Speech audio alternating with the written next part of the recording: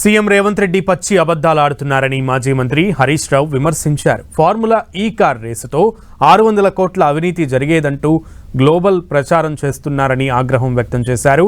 రేవంత్ నిర్ణయాలతో రాష్ట్రానికి 600 కోట్ల నష్టం జరిగిందన్నారు హరీష్.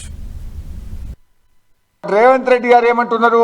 600 కోట్ల రూపాయల నష్టం జరిగేది అన్నాడు. పాపం రేవంత్ రెడ్డి 600 కోట్ల నష్టం కాదు, 600 కోట్ల లాభం జరిగేది రాష్ట్రానికి. గంతే, నష్టం అని చెప్పిండు, లాభం జరిగేది.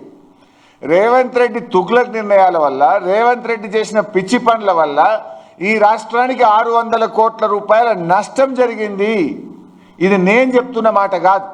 హైదరాబాద్కు ఈ కార్ రేసింగ్ జరపడం వల్ల 600-700 కోట్ల రూపాయలు మన ఎకానమీకి లాభం జరిగింది అని ఇది బీఆర్ఎస్ ప్రభుత్వమో మేం చెప్తున్నది కాదు. నెల్సన్ అనే ప్రపంచ ప్రఖ్యాతిగాంచినటువంటి సంస్థ తన రిపోర్ట్లో ఆ రోజే చెప్పింది. ఇలా కొండంద వేల్కని పట్టినట్టు అధికారంలోకి వచ్చిన ఏడాది తర్వాత ఏదో శోధించినట్టు ఇప్పుడు డైవర్షన్ పాలిటిక్స్ చేస్తున్నారు. ఈ డైవర్షన్లో భాగమే ఇలా కేటీఆర్ గారి మీద పెట్టిన కేసు.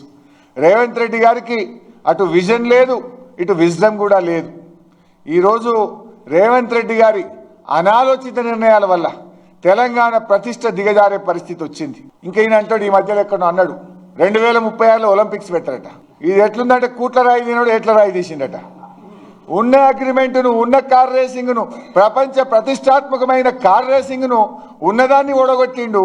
ఇంకేదో పెద్ద ఒలింపిక్స్ చేస్తానో డబ్బ కొడుతున్నాడు. నువ్వు కేటీఆర్ గారి మీదనో మా నాయకుల మీదనో ఎన్ని కేసులు పెట్టినా మాకు రాజ్యాంగం మీద నమ్మకం ఉన్నది, న్యాయస్థానాల మీద నమ్మకం ఉన్నది, ధర్మం మీద నమ్మకం ఉన్నది.